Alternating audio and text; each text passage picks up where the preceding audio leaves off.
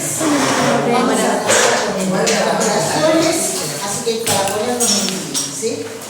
En el nombre del Padre, del Hijo y del Espíritu Santo. Amén. Padre nuestro que estás en el cielo, santificado sea tu nombre. Venga a nosotros tu reino, hágase tu voluntad en la tierra como en el cielo. Danos hoy nuestro pan de cada día y perdona nuestras ofensas, como también nosotros perdonamos a los que nos ofenden. No nos dejes caer en la tentación y líbranos del mal. Amén. Dios te salve María, llena eres de gracia, el Señor es contigo. Bendita tú eres entre todas las mujeres y bendito es el fruto de tu vientre Jesús. Santa María, Madre de Dios, ruega por nosotros pecadores, ahora y en la hora de nuestra muerte. Amén. Gloria al Padre, al Hijo y al Espíritu Santo. Como era en el principio, ahora y siempre, por los siglos de los siglos. Amén. Sagrado Corazón de Jesús, En vos confío, Ave María Purísima, sin pecado concebida. en el nombre del Padre, del Hijo y del Espíritu Santo. Amén.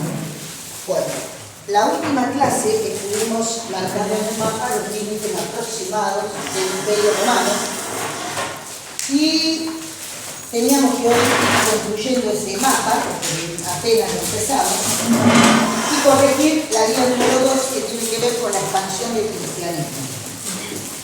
Bueno, hay algo que vamos a agregarle al mapa, que después lo vamos a ver por detenimiento, que es la división del imperio, el imperio de Oriente e el imperio de Occidente.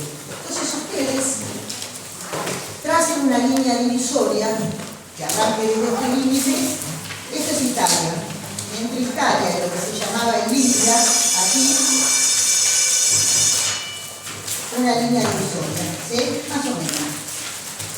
Eso lo vamos a ver cuando veamos del emperador Diocleciano, que fue el último emperador que emprendió una terrible persecución contra el cristianismo y que dividió el imperio en dos partes para hacerlo más fácil en la administración, porque acá se les iba de las manos.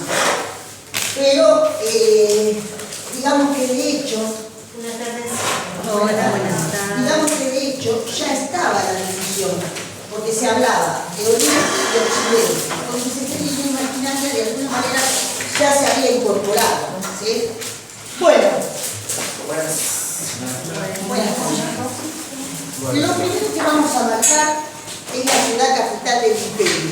Yo puse acá las referencias, ustedes las ponen detrás del mapa. 1, Roma. Vamos a marcar, vamos a poner el punto 1 en Roma, porque es la capital del imperio. Y va a ser la sede del primado de Roma.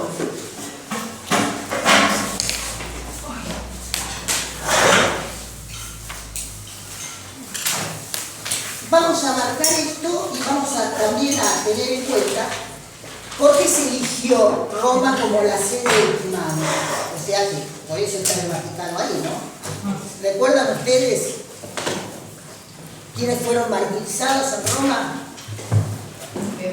Pedro y Pablo, ¿sí? Pedro fue martirizado en Roma. Fíjense que eso no está en los Hechos de los Apóstoles. Pero, ¿de dónde sacamos esa información? Yo les traje para que vean. Yo les hablaba de Eusebio, ¿sí? De Eusebio de Cesarea, que es el primer historiador de la Iglesia Católica. Bueno, aquí hay un ejemplar de la historia de la Iglesia de Eusebio. Está traducido y comentado por un historiador que se llama Paul Mayer, porque en realidad publicar todo lo que ha escrito Eusebio sería engorroso para nosotros, porque los primeros escritos, los primeros libros de épocas que él no fue contemporáneo, tienen unas citas bibliográficas muy extensas, entonces se hacía muy engorroso. Cuando él empieza a escribir ya sobre hechos de los que fue testigo, bueno, ya no había necesidad de citas. Y mucha información, todos los historiadores de la Iglesia recurren a Eusebio para poder escribir la historia de la Iglesia. Es fundamental esto como fuente. ¿Y él cómo escribió esa historia de la Iglesia? Porque él era del siglo IV. de los primeros siglos, porque fue recabando información y además porque padres de la iglesia, testigos, le proporcionaron esa información. Así que, por ejemplo, se comenzó a dudar si realmente Pedro había ido a Roma, porque no está ese registro en los Hechos de los Apóstoles. Los Hechos de los Apóstoles terminan con el último viaje de San Pablo. En las cartas que escribe San Pablo nos damos una idea de que él se está despidiendo de la comunidad. ¿Pero de dónde sacó esa información? Bueno, porque testigos de la época proporcionaron esa información y además numerosos padres que escribieron cartas donde hablaban de que Pedro estuvo 25 años viviendo en Roma. De hecho, su discípulo principal fue San Marcos el Evangelista. Y se dice que San Marcos plasmó en el Evangelio de San Marcos el discurso de Pedro cuando evangelizaba a Roma. Ustedes saben que se armó todo un revuelo siglos después porque nunca se encontraba la tumba de Pedro, ni los huesitos, ni hablar. Y comenzó en el siglo XX a hacerse una serie de expediciones arqueológicas hasta que una arqueóloga en la década del 60 encuentra unos restos óseos envueltos cuidadosamente y resulta que estaban cerca de una especie de inscripción de graffiti que hablaba de Pedro. Entonces ella, por una serie de razonamientos e inducciones, para ella esos eran los huesos de Pedro. Entonces, para que la iglesia, para terminar con esa polémica de los huesos de Pedro, el Papa Pablo VI en el año 1968 dictaminó que eso eran los huesos de Pedro y no se discutió más el asunto. Siempre queda abierta en esas cosas porque tampoco sabemos dónde están los huesos de Pablo, pero se sabe que fue decapitado en Roma. A Pedro lo crucificaron, que es una penalidad típica de los romanos, la crucifixión, pero él pidió que sea cabeza para abajo. Claro, con un gesto de humildad para no igualarse al maestro. Y Pablo, como era ciudadano romano, fue decapitado. Pero bueno, siempre, nunca está dicho lo último. Se sigue investigando, se sigue buscando, pero se ha determinado que por ser ese lugar de martirio de estos dos apóstoles, iba a ser el primador de Roma, la cabeza de la iglesia, y jamás se discutió que Roma era, digamos, la primera sede importante en orden jerárquico de la iglesia. Eso después nunca más se discutió. Vamos por la segunda. La segunda va a ser la capital del Imperio Romano de Oriente y es una antigua colonia griega que se llama Bizancio. Fíjense, a ver si, no importa, traje mi puntero láser, pero si ustedes tienen dudas, después me dan los mapas, háganlo en lápiz y yo los corrijo, porque a veces hay dificultades en la precisión. Igual son mapas de escala muy chiquitas, no me digan con el mayor puntero. Esto es Asia Menor, ¿ven? Y esto es Grecia.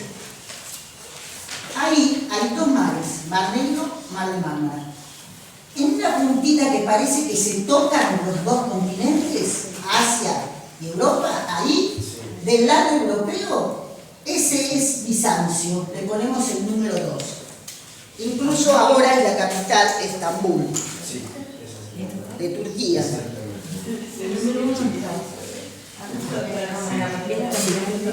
Bizancio, la capital de Turquía, donde es Estambul. Claro. No, pero era capital del Imperio Romano de Oriente. Romano de Oriente, era una antigua colonia.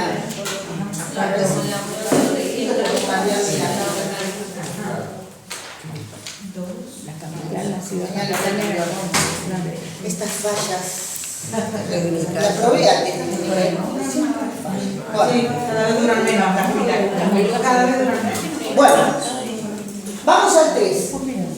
Cartago. ¿Por qué marcamos Cartago? Cartago está en el norte de África.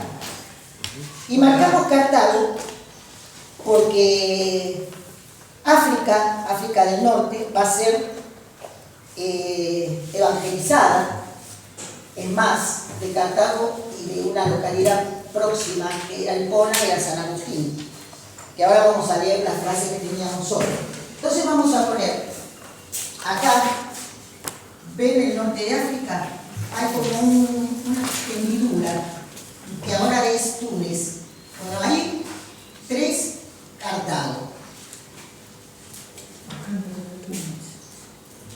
Aclaramos que Cartago y el norte de África luego se va a perder para los cristianos. Ni los bereberes, que son poblaciones autónomas, se convirtieron al cristianismo.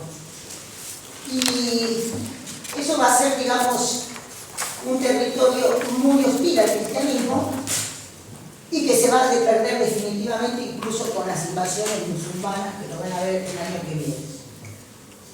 Bueno, para un poquito acá, marcando esas ciudades importantes, porque hay un punto de la guía, el punto 1, que dice: explique los factores favorables para la expansión del cristianismo. Y a mí me gustaría escuchar eso, así después seguimos marcando todas las ciudades importantes que tienen que ver con la expansión del cristianismo. A ver quién. Pasa, Amanda. Bueno, yo para que ustedes se lo visualicen. Si no quieren pasar, me dicen, no hay ningún problema. No sé, lo que yo puse. Bueno, a ver. Los factores favorables para la expansión del cristianismo fueron el nacimiento de Jesucristo y el comienzo de la era cristiana, donde gobernaba en Roma Octavio Augusto, fundador del Imperio Romano. Cumplió una función providencial para la expansión y desarrollo de la Iglesia, donde podían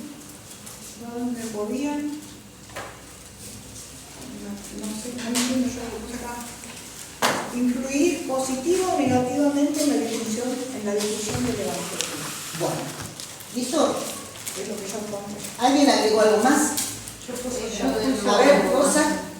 ¿Dónde escribiste las ciudades?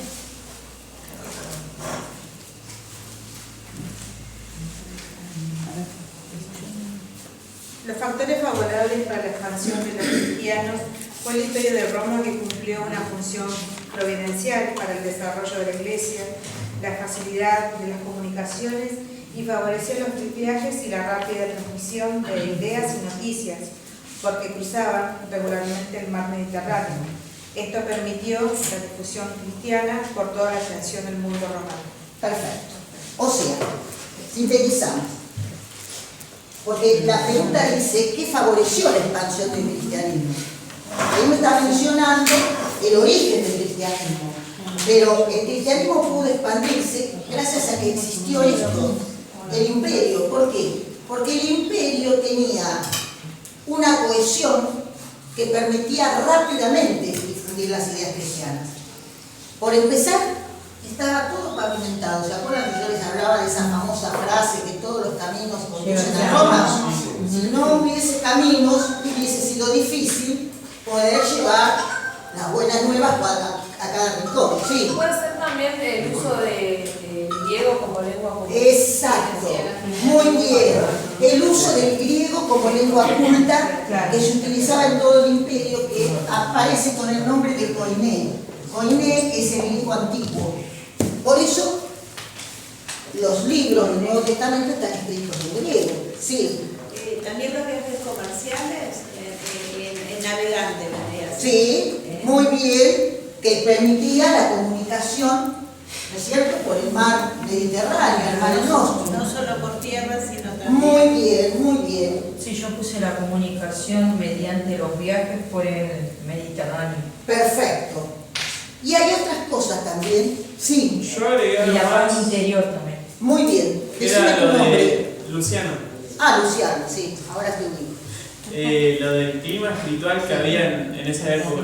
Muy bien. ¿Qué Que pasaba con el clima? comentaba como que existían algunos sectores de la sociedad en lo que los judíos como que anhelaban un Mesías o el Mesías. Sí. Entonces se podía difundir. Y que los paganos buscaban un Dios trascendente, que Muy vaya más bien. allá de la vida. Muy bien. Eso. ¿Nada más? Nada más. Fíjense, la religión romana era una religión, digamos, que no satisfacía la idea de trascendencia del ser humano. Ellos habían copiado los dioses del panteón griego, pero eran dioses bastante humanizados, ¿sí? Y las buenas nuevas que transmitía el cristianismo hablaban de un Dios trascendente, un Dios omnipotente, ¿sí? Omnisciente. Y eso llamó la atención a los romanos, que no les satisfacía ese culto, que es un culto que después se funde con cuestiones políticas, que es el culto a la figura del emperador. Y otra cuestión más,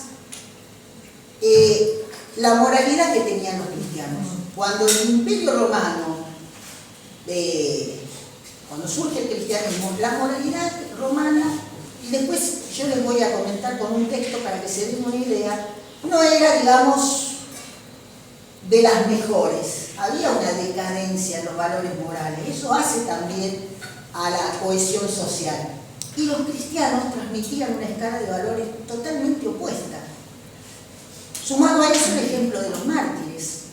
Los mártires fueron algo que conmovió a la sociedad romana. Si bien los romanos tenían una inquina con los cristianos, pero no eran todos, porque hubo romanos que se convirtieron. Ellos hablaban de ese espíritu de compasión, y que es lo que permitió que el cristianismo se filtrara por la sociedad romana. Lo llamaban humanitas, o sea, la parte humana del hombre romano, porque nosotros nos da una idea de la frivolidad, de lo lujurioso, ¿sí? De lo placentero, de vivir el momento. Esa era la mentalidad romana. Pero había una inspiración, un espíritu en la sociedad romana que permitió captar las ideas del cristianismo. De hecho, Pablo hizo un importante viaje misionero, que ahora lo vamos a ver, en todo el Imperio Romano, y pudo fundar comunidades, las primeras comunidades religiosas. Y Pedro lo mismo en Roma, porque el Evangelio de San Marcos estaba dirigido a los romanos. Y además hay la epístola, la carta a los romanos, está dirigida a los cristianos romanos que se habían convertido. Y no solo la clase más popular, sino también gente vinculada a los sectores más altos, a la nobleza, sí. Entonces, ¿qué sería? A ver si entendí bien.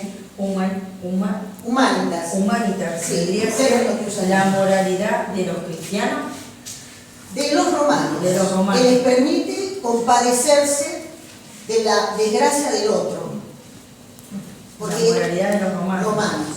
Que permite compadecerse de la desgracia de los otros. Ahora, cuando avancemos con un texto que habla sobre la sociedad romana, lo van a entender mejor.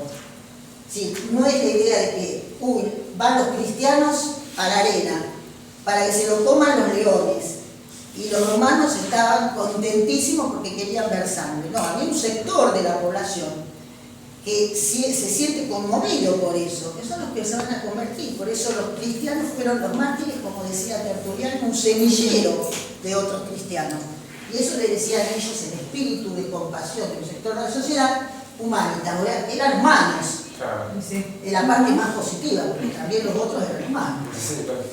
Bueno, vamos con el tema, el punto siguiente. Y así vamos a marcar otros puntos. La pregunta dice, ¿qué obstáculos debían enfrentar los cristianos convertidos? A ver, ¿quién puede leer la respuesta? Si quiere pasar, pasa. Si quiere hacerlo sentado, no hay ningún problema, no lo quiero presionar. A ver. ¿Ahora hice la tarea? ¿Nombre? Silvia. Silvia. Sí, está bien. No importa, eso lo vamos a corregir acá. Los obstáculos también. Sí. Silvia, soy de Santo Rosario de Gran Pura. Ah, bueno, muy bien. Yo puse que los obstáculos que debían afrontar los cristianos de origen judío era que al convertirse quedaban marginados de su comunidad, conscientes de que en adelante eran considerados como enemigos de sus hermanos y tomados como traidores a su religión y a su pueblo. Muy bien. Para el resto de los gentiles, ser cristiano debía de abstenerse de todas manifestaciones religiosas tradicionales ligadas a la vida pública. Estos que abrazaban al cristianismo se exponían a ser tenidos por ateos, vistos como religión ilícita, corrían el riesgo de ser perseguidos y sufrir martirios y la muerte. Muy bien. Creo que está clarísimo. ¿Alguien tiene algo más? Bueno, perfecto. Muy bien, muchas gracias. Bueno, acá vamos a detenernos en una cuestión. Vamos a ver. El primer obstáculo que tienen los cristianos son los mismos judíos, ¿no es cierto? Bueno, hay dos grupos de los judíos. A ver, yo diría, no lo dicen así los autores, pero es el judío practicante, que sería lo que vendríamos a llamar ahora ortodoxos. Y los judíos helenizados. Los judíos helenizados son aquellos, el heleno es de la cultura griega, todo lo helenístico tiene que ver con la cultura griega, como era un poco de civilización, desde el siglo V a.C. Los judíos helenizados fueron los que vivieron fuera de Jerusalén por la diáspora, ¿sí? Por el primer cautiverio. Y estaban imbuidos de la filosofía griega, pero también eran enemigos de los cristianos. La clase pasada vimos y esto tiene que ver también con el trabajo que van a presentar, que yo les pedí que trabajaran sobre dos mártires. El primer mártir cristiano, que es San Esteban, y San Policarpo. Hay algo interesante en... Eso no, pero no, ¿qué dijo? No, ya lo sé, pero es para el trabajo práctico. Le dije, no para la guía, el trabajo práctico. Para el 28 de abril. Pero mandaron la guía. Mandaron la guía, chicos. Ya está la guía. Y la mandaron en... Pero son preguntas. Hay que mirar. Dice guía número 2 y número 3 cambió. Yo me encargué de mandarlo. Están las guías en el grupo. Sí, la del número 3, la guía número 3, y están todas las consignas, que son 10 preguntas del acta de los mártires. Y hay una que tiene que ver con San Esteban. San Esteban no fue martirizado por los romanos, fue martirizado por los judíos. ¿Cómo nos damos cuenta antes de leer en los Hechos de los Apóstoles? Por el tipo de pena capital. La pena capital de los judíos, ¿cuál era? Lapidación, apedrear. Apedrear. Los romanos era la crucifixión. Y después implementaron otras, como la hoguera, que es quemar a la persona viva, como una tea, y también el espectáculo de los circos. Se dieron cuenta que de esa manera también brindaban los espectáculos. Pero la crucifixión es propia de los romanos, la lapidación es propia de los judíos.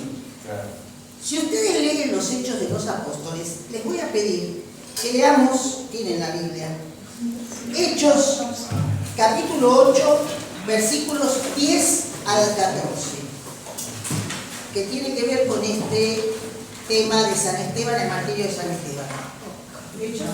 Hechos 8, versículos 10 al 14, porque ahí menciona un grupo de judíos, que es el que habla el enfrentamiento con San Esteban. Hechos 8.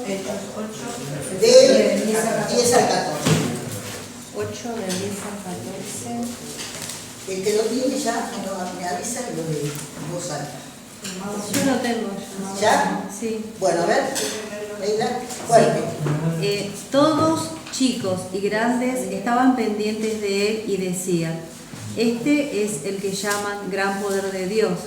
Y lo seguían porque desde tiempo atrás los tenía maravillados con sus artes mágicas. No.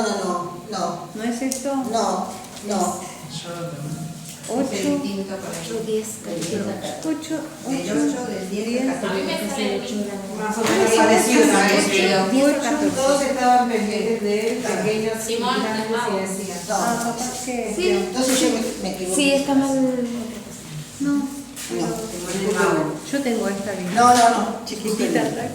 No puede ser porque es anterior. Anteriormente dice lo que es 8, versículo 1, nueva persecución contra la iglesia. Sí. Por ahí es otro, Sí. otro Es. La muerte de Esteban. Sí, la muerte de Esteban. Hechos 6, ¿no? La lapidación de Esteban. Esa, ¿cuál es? Hechos 7. El 7 es. Sí. al 60. A ver. Hechos 7.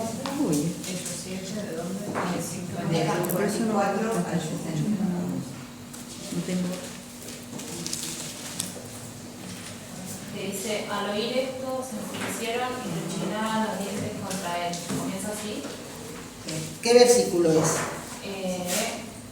7 del 54 al 60. Ah, el 54. Al oír este reproche se enfurecieron, rellinaban los dientes. ¿Ese del profe? Contra Esteban. Contra Esteban, sí. Claro. Ah, sí, dice así, Esteban lleno del Espíritu Santo y con los ojos fijos en el cielo, vio la gloria de Dios y a Jesús, que estaba de pie a la derecha de Dios. Sí. Entonces exclamó, veo el cielo abierto y al Hijo del Hombre de pie a la derecha de Dios. Ellos comenzaron a vociferar y tapándose los oídos, se precipitaron sobre él como un solo hombre, y arrastrándolo fuera de la ciudad, lo apedrearon. Bueno, alto ahí. Versículo 8 de capítulo 6. Versículo 8 Capítulo 6, de capítulo 6. versículo 54 al 60. Versículo. No.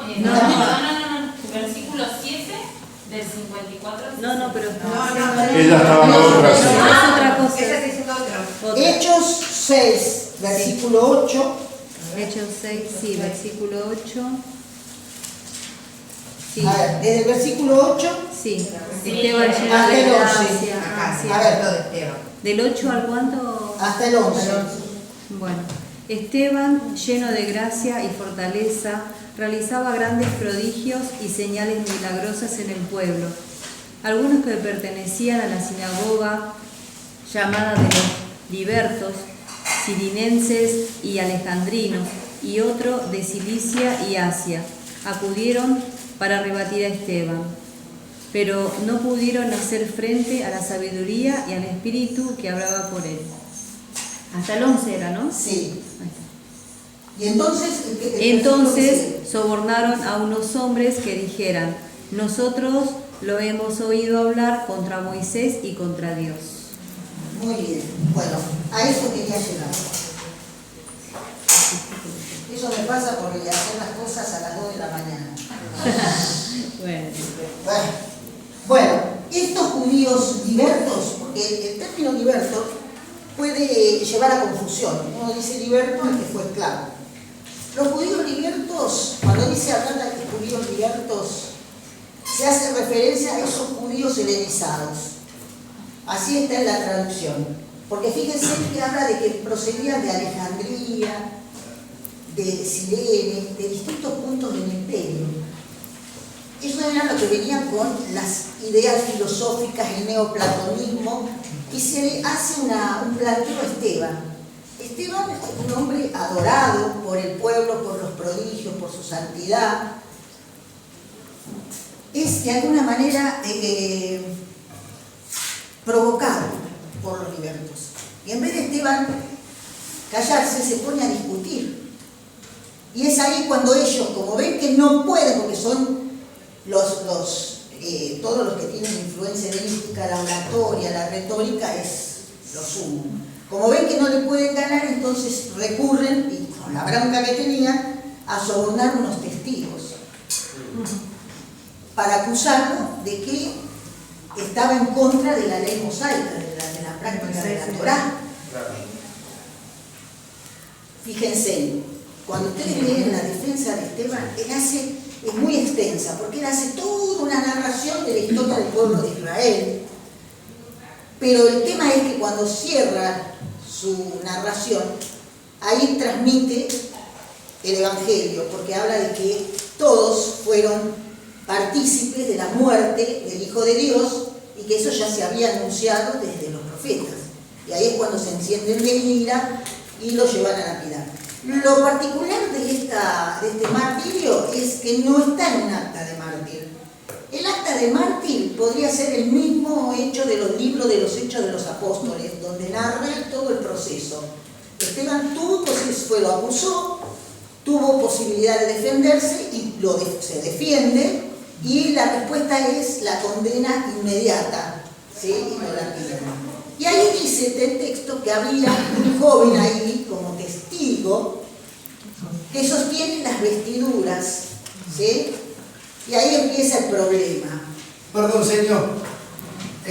Mate Cocido, levante la mano. 1, 2, 3, 4, 5, 6. Perfecto, gracias. Gracias. ¿Qué quiere decir la piedra? Piedras.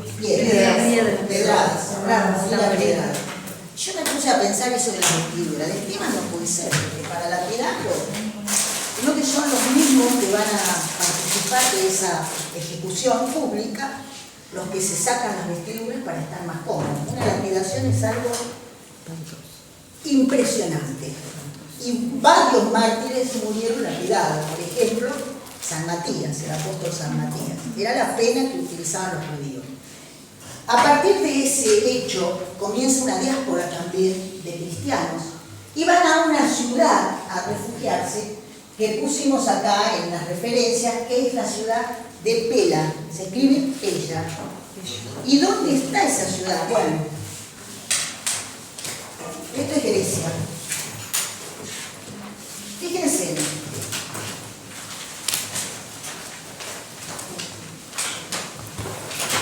Van a ver acá como que parece, yo digo que parece, es una saliente como una manito.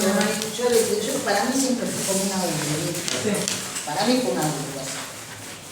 Al norte, la parte continental donde está Macedonia, ahí al norte más o menos, le ponemos el número 4.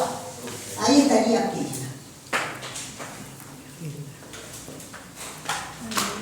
Y se lo nombra, Orlandí nombra esa ciudad. Se fueron muchos cristianos fueron ahí. Y ahí se diseminaron por todos los lugares del imperio. Mencionamos a San Pablo, que aparece como testigo. Es más, eso incentiva a perseguir a los cristianos. Y era Saulo de Tarso. Y Tarso es una localidad que estaba en Asia Menor. A ver, esto es Asia Menor, ¿sí? Supuestamente más Siria, más al sur estaba Palestina. Y también acá ven que hace como una hendidura en el continente. Bueno, teniendo en cuenta ese accidente, más hacia el oeste y hacia el norte, ahí estaría la ciudad de Tarso, de donde era oriundo San Pablo. Ustedes saben que ¿cuándo se cambió el nombre de Saulo? Cuando se convierte. ¿Tu nombre? Karina. Karina. Había quedado ciego, ¿no? Sí. Y lo llevan, le dijeron que dentro de los 3 días lo tenían que llevar por una persona que le iba a volver la visión. Sí. Y me parece que ahí estoy equivocada. Pero no estás equivocada, pero él cambia el nombre, no lo registra. Eso también es Eusebio de Cesarea. Una trampita. Me van a encontrar. El primer gobernador romano que se convierte al cristianismo se llamaba Sergio Paulo. Entonces, Saulo de Tarso, en homenaje a ese personaje convertido, cambia su nombre por Pablo. O sea que nosotros ya se transmite como Pablo el nombre. En algunos idiomas se conserva Paulo. Pablo es el nombre. Bueno, ahí cambia su nombre. Fíjense, vamos a marcar una ciudad que seguramente la conversión de este gobernador romano habrá sido en esa ciudad. Es una ciudad muy importante en la iglesia antigua, que es la ciudad de Antioquía. A ver, tiene el mapa de ustedes una división política acá, ¿no? El mío no tiene. A la altura de esta isla que es Chipre, el país que se ve ahí, que es Siria, bueno, más o menos ahí, 6 es Antioquía. Fue una ciudad cristiana por excelencia, Antioquía. La comunidad de antioquenos había planteado después de la conversión de Pablo, es más, cuando los apóstoles hacen un viaje, especialmente San Pablo, donde se registran los hechos de los apóstoles, la ruta, siempre pasan por Antioquía, es como una base eso, para fortalecerse.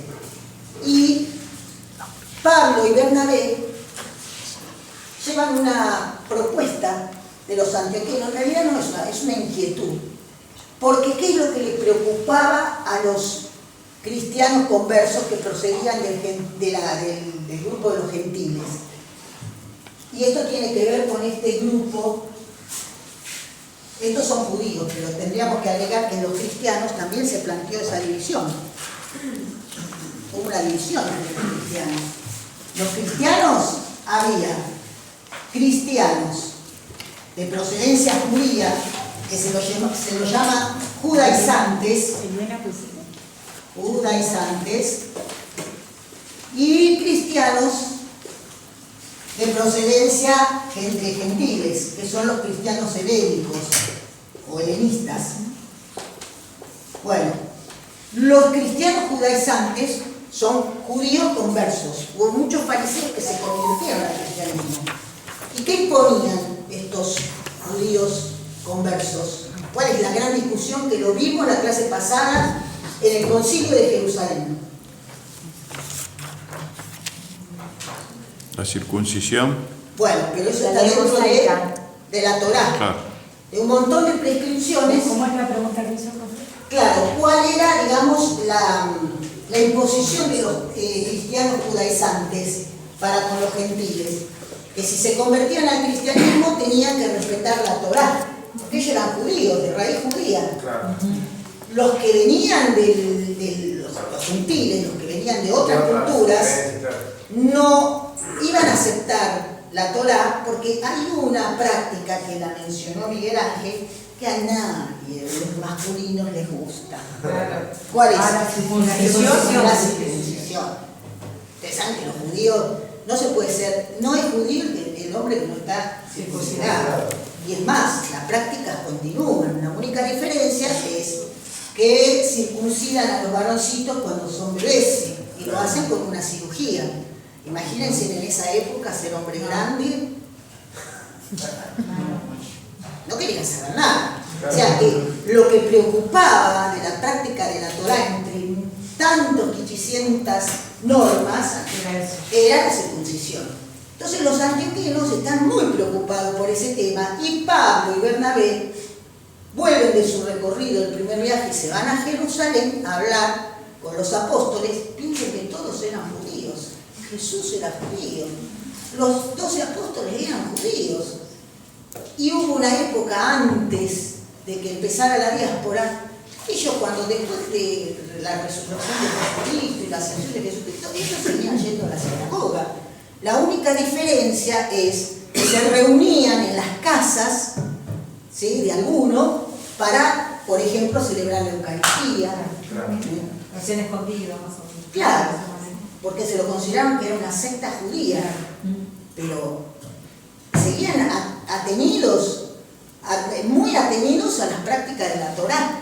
Entonces, ahí van Pablo y Bernabé y hacen este planteo, y ahí es cuando se celebra el Concilio de Jerusalén, que se lo llama concilio, porque en la historia de la Iglesia se considera que fue el primer concilio ecuménico, donde se resuelve que no se le va a imponer la práctica de la Torá a los convertidos, pero sí, ¿qué les decían? Estaba prohibido que La abstención de la fornicación.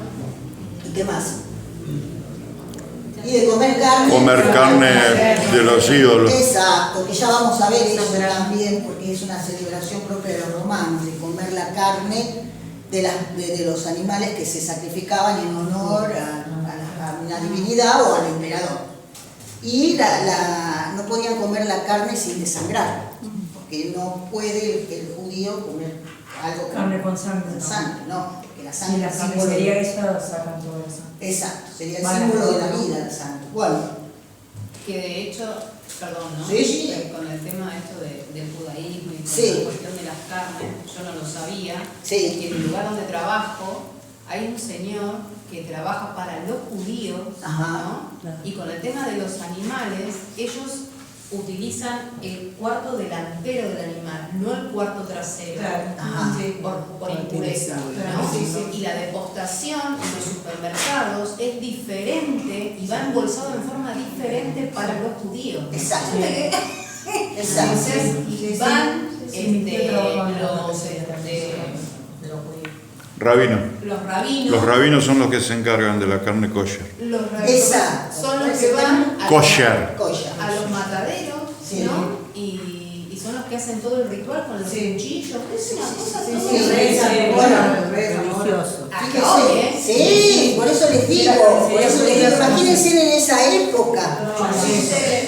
Yo tenía una profesora de hebreo que era rabina, cosa que ya es un adelanto, y ella contaba que, por ejemplo, te vivían en un edificio que son todos judíos, pero hay muchos judíos ortodoxos. El sábado podían usar una sola vez el ascensor, porque tocar el botón era trabajo. O sea, no se puede hacer nada. No, tienen medido los pasos. Imagínense. Tienen edificios donde está automatizado el sábado, donde con que simplemente te acerques al ascensor se abre la puerta. Exactamente. Para no tocar Y no tocan ni siquiera, el ascensor para en todos los pisos. Exactamente. Para no tocar el botón de tu piso, sí. va parando en todos los pisos y vuelve bajando en todos los Yo pisos. me acordaba de ese detalle. Sí. Era justamente porque hasta tocar el botón del ascensor estaba. Imagínense si esto, que son tan conservadores los judíos. Y no necesariamente los judíos practicantes, eso ya lo tienen incorporado en su idiosincrasia cultural. Imagínense en esa época, fue durísimo el tema de separar los tantos y de que incluso Pedro tuvo que tener esa experiencia con el centurión, con esa visión. Si ustedes leen los Hechos de los Apóstoles, tiene una visión donde se despliega en el cielo como un manto donde se ven animales y se le habla de la impureza, porque ellos son muy celosos con el tema de las purezas, las impurezas.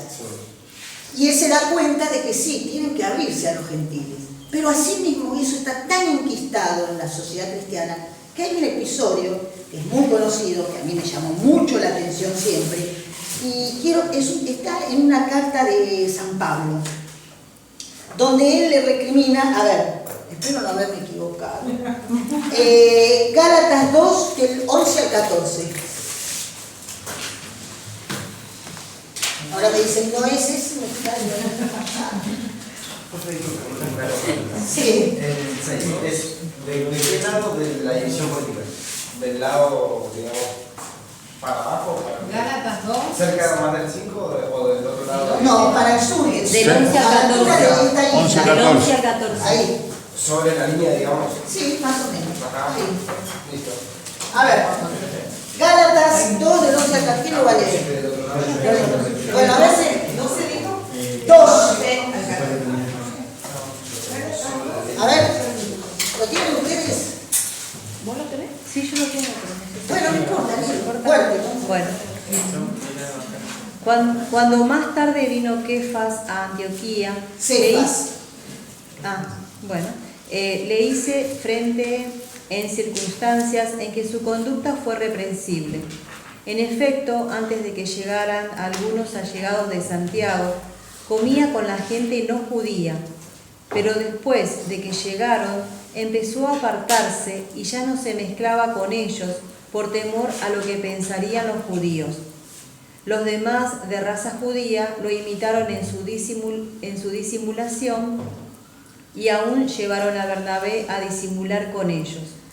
Cuando yo vi que no andaban derechos según la verdad del Evangelio, dije a Cefas, delante de todos: si tú, que eres judío, aceptas vivir a la manera de los demás pueblos, dejando las costumbres de los judíos, ¿por qué ahora obligas a los paganos a que adopten las maneras de vivir de los judíos? ¿Quién es Cefas? Pedro. Pedro, él no lo llama Pedro, lo llama con el nombre anterior que tenía, Original. antes que Jesucristo, después se lo cambió por Pedro. Está recriminando esa hipocresía. Miren qué arraigado que estaba eso. Incluso dice, fue arrastrado Bernabé a esa conducta, porque era tan grande la presión de los cristianos judaizantes que era difícil, digamos, de resistirla. Es más, el mismo Pablo, en una oportunidad, dice, a ver, vamos, me voy a arriesgar. Hechos 16 del 1 al 3. En un viaje que hace Pablo, donde lo conoce a Timoteo, que va a ser su discípulo, él toma una resolución que pareciera ser contraria a lo que venía planteando.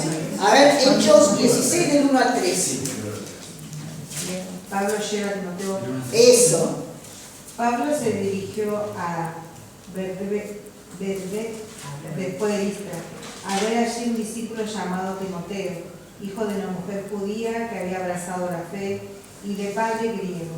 Los hermanos de Listra e Iconio hablaban muy bien de él. Pablo quiso llevarlo consigo y de partida los circuncidó, pensando los judíos que había por aquellos lugares, pues todos sabían que su padre era griego. Muy bien, fíjense.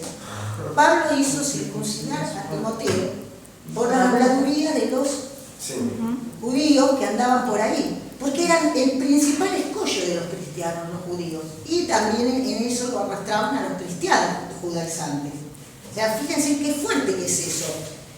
Era muy difícil resistirse a tanta presión, y ese fue el primer, es más, se ha comprobado que prácticamente todas las persecuciones, los instigadores fueron los judíos, porque los judíos veían al cristianismo como una amenaza.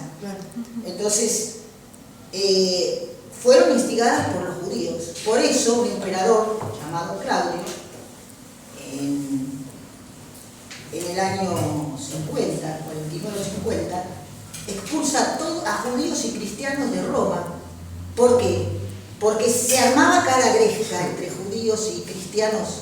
Era terrible la presión de los judíos y de los cristianos judaizantes también, porque no podían despegarse de las prácticas judías. Bueno, les mencionaba Antioquía, que es una ciudad fundamental, y ahí viene el término cristiano, ahí se los llamados seguidores de Cristo cristianos. Es una ciudad importantísima en la expansión del cristianismo. Y ya que estábamos por Antioquía, hay una isla que está más o menos enfrente, grande, 7, que es la isla de Chipre. ¿Y por qué marcamos la isla de Chipre? Porque Bernabé, uno de los discípulos y amigos de Pablo, es oriundo de Chipre. Y es más, si ustedes leen el trayecto del primer viaje de San Pablo, él lleva a Bernabé y a Juan Marcos, que era sobrino de Bernabé. Y si ustedes se fijan, hay un mapa en el libro de Orlandí con los viajes de San Pablo. Son 3 viajes que se narran en los Hechos de los Apóstoles. Él hace primero toda una incursión por el interior es más, acá hay unas provincias romanas de lo que se llama ahora Turquía, o que es la meseta de Anatolia. Ustedes fíjense, podríamos marcarlo suavecito, porque se las menciona en los Hechos de los Apóstoles. Por ejemplo, debajo al sur del Mar Negro estaba la provincia de Bitinia. Bitinia, no sé si se ve. Bueno, después estaba la provincia de Galacia, más al sur. De ahí viene la carta a los Gálatas. Después estaba, entre otras provincias más, la de Frigia, acá, más al oeste. Bitinia, sí, Bitinia. Y al sur de Galacia, más o menos por acá, la de Capadocia. Capadocia. Para saber más o menos la ubicación. ¿Frigia era de abajo, profe? Bitinia, Galacia, Frigia, Capadocia.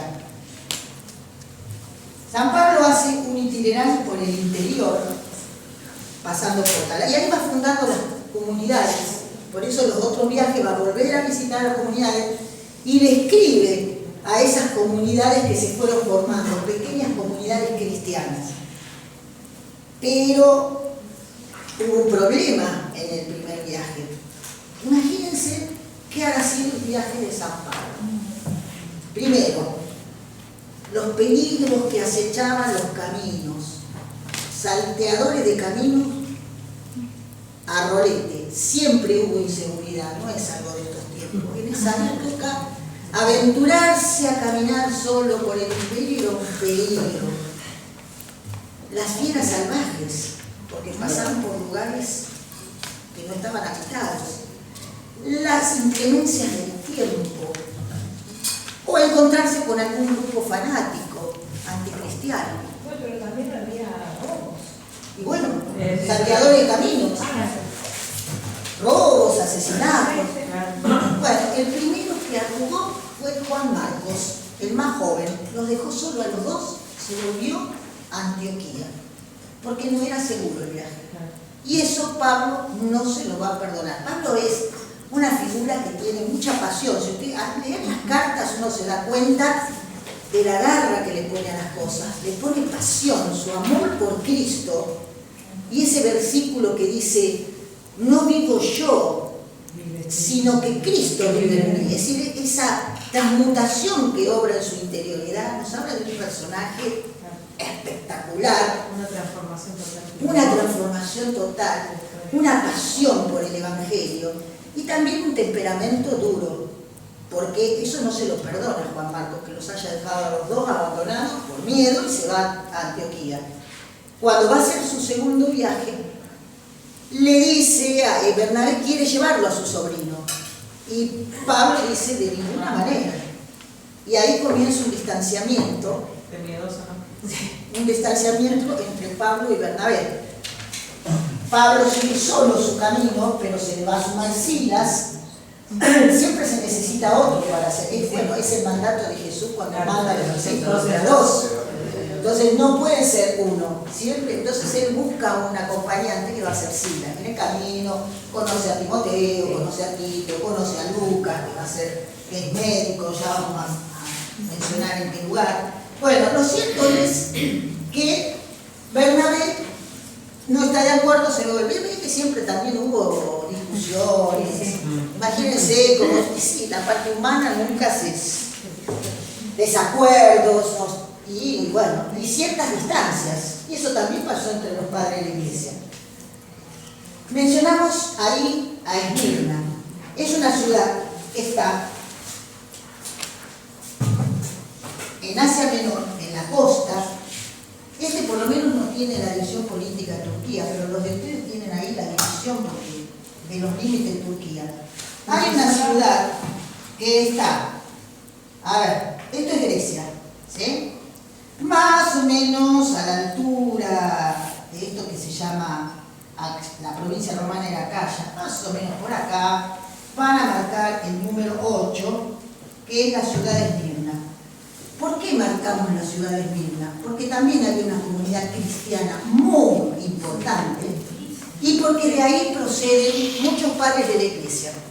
Por ejemplo, ¿cuál es el mártir que ustedes tienen? Bueno, los que vieron la vida. El que fue discípulo de Juan. ¿Eh? ¿San Esteban? No, San Esteban no.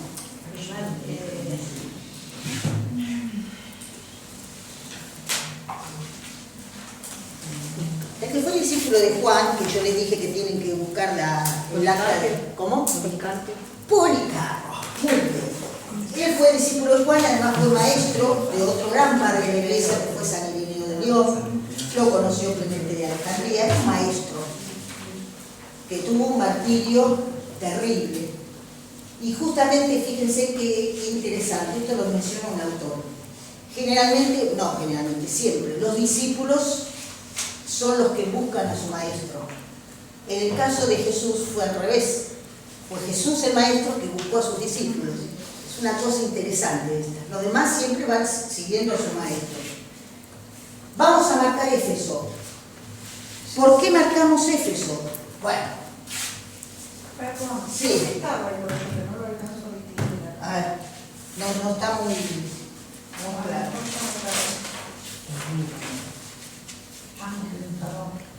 Acá está Grecia. ¿Sí? Bueno, más o menos, por ahí está el hecho. Más al sur. Cruzando el mar.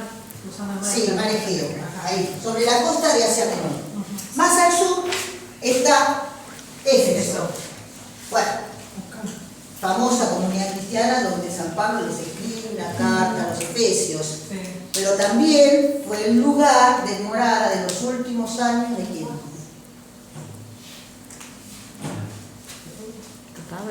No, pero Pablo. de San Juan. San Juan vivió en Éfeso los últimos años de su vida. Todo esto a partir de esa diáspora de cristianos, después de la incluso ejecución del hermano de Jesús, de Santiago el Mayor, que fue después del martirio de San Esteban. Hay una gran diáspora, se van los cristianos, y San Juan se instala en Éfeso. Durante mucho tiempo existió la tradición, la versión de que San Juan se llevó a la Virgen María. Sí. Hasta su asunción. Sí. Pero resulta que Eusebio dice que no la llevó a la Virgen María, sino que la Virgen María terminó sus días en Jerusalén y que San Juan se fue solo a vivir ahí.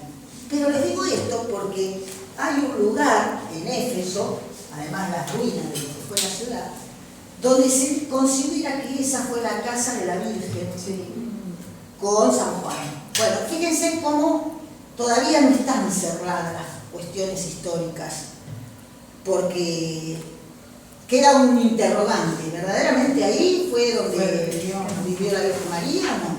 San Juan seguro. Pero por lo que dice Eusebio y otros padres de la iglesia, la Virgen nunca salió de Jerusalén. Por ahí se descubre otra cosa, o se encuentra otra Estuvo cosa. con San Juan hasta que murió. Hasta Bueno, sí. Los historiadores todavía no hablan de la ascensión de la Virgen, hablan de que terminó sus días como cualquiera. Claro. Eso es doctrina de la iglesia. En la parte que uno buscó, Sí. acá está esa lectura. De Sí. San Juan y de la Asunción de la Virgen. Está bien. En Orlando está eso. Sí. Sí, está bien. Yo les planteo lo que dice Eusebio Cesarea. Claro, yo les digo, después los historiadores siguen revisando y después cuando aparece y se fija el dogma de la Asunción de la Virgen María, bueno, entonces ahí ya no se puede escribir lo que escribía Eusebio. En esa época ni se hablaba de eso. Les digo que en esa época dice que no, que terminó su vida y que se fue Juan solo. De cualquier manera, esto tampoco está en las escrituras. Nos deja todo un interrogante. ¿Y no se habrá ido solito ya cuando ya? Y seguramente que sí, no la abandonó. Porque se le Sí, encomendó Jesús le dijo Jesucristo. que la cuidara. Lo que pasa es que San Juan vivió como 100 años. Sí, Claro. sí. Por eso, Bueno, capaz que la sí, Virgen subió al cielo o lo por que eso. sea y él se fue para allá. Exactamente. San Juan estuvo exiliado, desterrado en una islita que está enfrente, que es la isla de Patmos. Y según dice la tradición, fue ahí que escribió, además de las cartas, el Apocalipsis. Y generalmente cuando hablamos del Apocalipsis y de la bestia del 666, lo relacionamos con esa figura tan particular que fue Nerón. Pero los historiadores dicen que fue el emperador Domiciano, que en esa época perseguía tenazmente a la iglesia. De cualquier manera hace referencia a la figura de Lutero. Y tampoco se sabe a ciencia cierta si fue Juan el que lo escribió. Porque Juan tenía sus discípulos y es probable que algunos de sus discípulos hayan continuado con los escritos. Para aceptar el Apocalipsis en el canon del Nuevo Testamento no fue tan fácil. Y eso lo plantea Eusebio. Hace un análisis muy interesante de cómo se fue formando el canon del Nuevo Testamento. No fue todo tan 2 más 2 es 4. Hubo mucha resistencia en aceptar el Apocalipsis de San Juan. Y es más, no es el único Apocalipsis que apareció. Apareció un Apocalipsis de Pedro que se lo considera una escritura que no está dentro del canon, que es apócrifa, hasta que finalmente lo incorporaron al canon. ¿Cuál fue el criterio? ¿Hubo concilios para incorporar esos libros al canon? No, no hubo concilios ecuménicos, era por la práctica de los cristianos y por los textos que los cristianos leían y en los que se apoyaban. Y a partir de eso empezaron a determinarse cuáles eran los libros y cartas que se iban a incorporar al Nuevo Testamento. Eso ya tenía que estar definido en el siglo II. Bueno, seguimos con... ¿Y quién definía todo eso, profe? Los padres de la Iglesia con las consultas de las comunidades cristianas. Ellos armaron todo en... Y consultaban a ver qué textos eran los que consultaban las comunidades cristianas o que leían las comunidades cristianas cuando ya estaban escritos, porque antes era transmisión oral. Y en función de eso se pusieron de acuerdo en elegir los textos más consultados y, bueno, las cartas, no sé, ya las cartas existían y siguen existiendo otras cartas de otros padres de la Iglesia. El tema era los evangelios y el Apocalipsis, y también una carta que aparece en el Nuevo Testamento, que es de San Judas. Esa también tuvo todo un proceso para poder incorporar al canon. El canon es el orden, ¿sí?, de los libros que se aceptan como los libros del Nuevo Testamento. No desmiente la existencia de los otros libros. Existen, pero que no están dentro del canon. Que yo voy a traer de los evangelios apócrifos. Por ejemplo, el 9 de dónde está Éfeso. Éfeso, el 9, al sur de... Ahí sí, va. allá va. Pregunta. Judas Tadeo. Sí, Judas Tadeo. Bueno, 10, Atenas. Bueno, es fácil porque es la capital de Grecia, todavía existe. Ay, no sé si se ve. Atenas, donde está el puntito en Grecia. Bueno, es el foco de la civilización griega, por excelencia. Y es más, en su segundo viaje, Pablo va por Grecia, ciudades griegas, y va a Atenas, y está en los Hechos de los Apóstoles, esa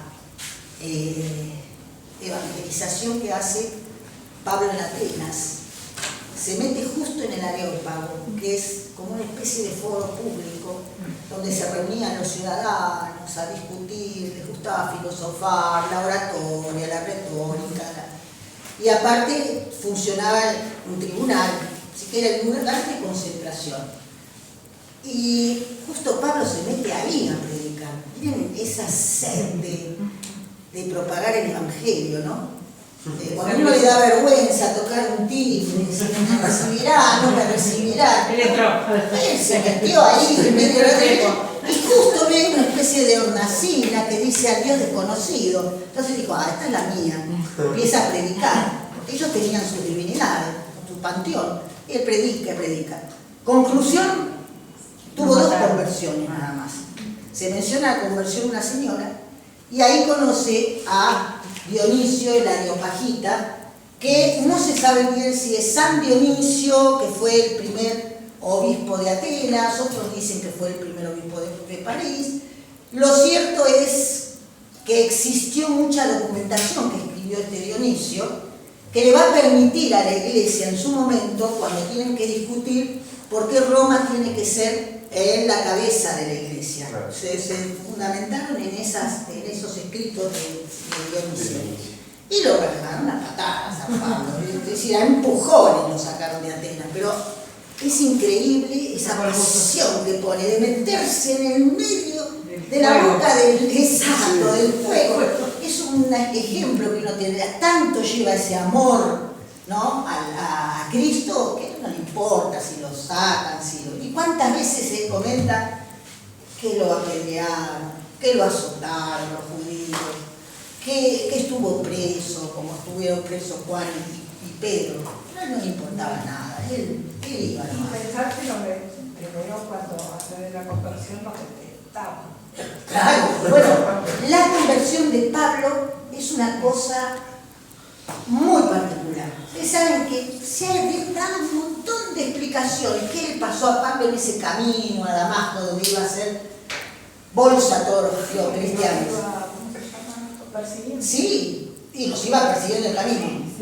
La conversión siempre de una persona es un misterio divino, porque hay es difícil de explicar lo que siente una persona convertida, entonces utilizan muchas figuras para que uno se dé una idea de lo que significó ese cambio radical en la persona. Nos deja esto, lo del camino de Damasco, que es muy duro, lo de Pablo, para decir hasta qué punto fue la raíz profunda de su conversión, que ya los otros sospechaban, decían, ¿cómo viene este que se quiere ser, ahora quiere ser cristiano? Resulta que es famoso por las persecuciones, además fanático, me imagino que era muy fanático. Totalmente. Pablo habla de una carta que fue la primera carta, la más antigua del Nuevo Testamento, que es a los tesalonicenses. Y es de una ciudad griega que se llama Tesalónica, que si ustedes cuando marcaron Pela, que se escribe Pela, más o menos es ahí, sobre la costa, ahí estaría el número 5, que es, no, ¿qué número 5? El número 11, que es Tesalónica. Ahí está. ¿De Pela de dónde? Sobre el mar, acá, 15, sí, abajo, más o menos, Tesalónica. Mapa es una escala muy chiquita, pero más o menos por ubicar. Ya la Corinto, vamos a marcar una más que tiene que ver con Pablo, que es Corinto. También en Grecia.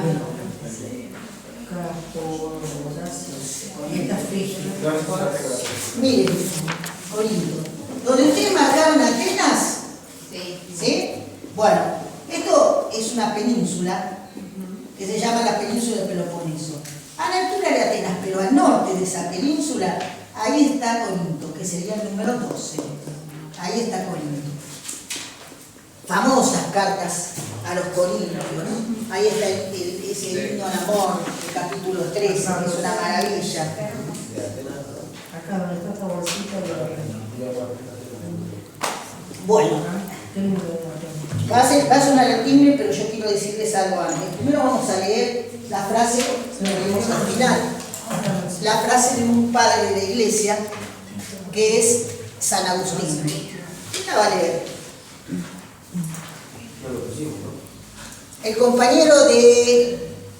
Francis. ¿Cómo te llamas? Francisco, por favor, ¿lo podés leer? Sí, sí. A ver. En ninguna parte pongo mi confianza, Señor, sino en la inmensidad de tu misericordia. Dame lo que mandas y mandame lo que quieras. Bueno, ténganla ustedes en esta Semana Santa para meditarla, porque tiene mucha profundidad esta frase que está sacada del libro de las confesiones, ¿sí? Como leyó Francisco, en ninguna parte pongo mi confianza, Señor, sino en la inmensidad de tu misericordia. Dame lo que me mandas y pídeme lo que quieras. Que también muestra el bienaventurados, dice, bienaventurados los pobres de espíritu, porque de ellos será el reino de los cielos. El pobre de espíritu es que se siente pequeñito, ¿sí? Delante del necesitado, exacto, necesitado, dentro de la inmensidad de Dios. Y esto lo manifiesta constantemente este Padre en sus famosas frases, ¿sí? Hermosas frases. Ténganla presente para esta Semana Santa y para, bueno, tomar como modelo estas figuras de las que hemos hecho mención. San Pablo, ¿sí? El mismo Pedro, que a pesar de sus debilidades entregó su vida hasta el final, se jugó. Por más que lo haya negado 3 veces a su divino Maestro, con una infinita misericordia y siendo cabeza ya de su iglesia. Entonces estas figuras también nos inspiran que, bueno, la humanidad uno la tiene y necesita de Dios para fortalecerse. Terminamos con esto, la próxima clase terminamos de marcar en el mapa. La próxima clase, que es después de Pascua, Miguel Ángel va a hablar del acta de los mártires. Va a estar Miguel Ángel, ¿no? Esto les va a servir para completar el trabajo. Justo ese día creo que también. Justo ese día también. Van a completar con esos trabajos. Y bueno, prioridad el trabajo y después la guía 3. Así con tiempo lo van haciendo, despacito, con ganas, sin abrumarse. Bueno, que tengan una hermosa Pascua de los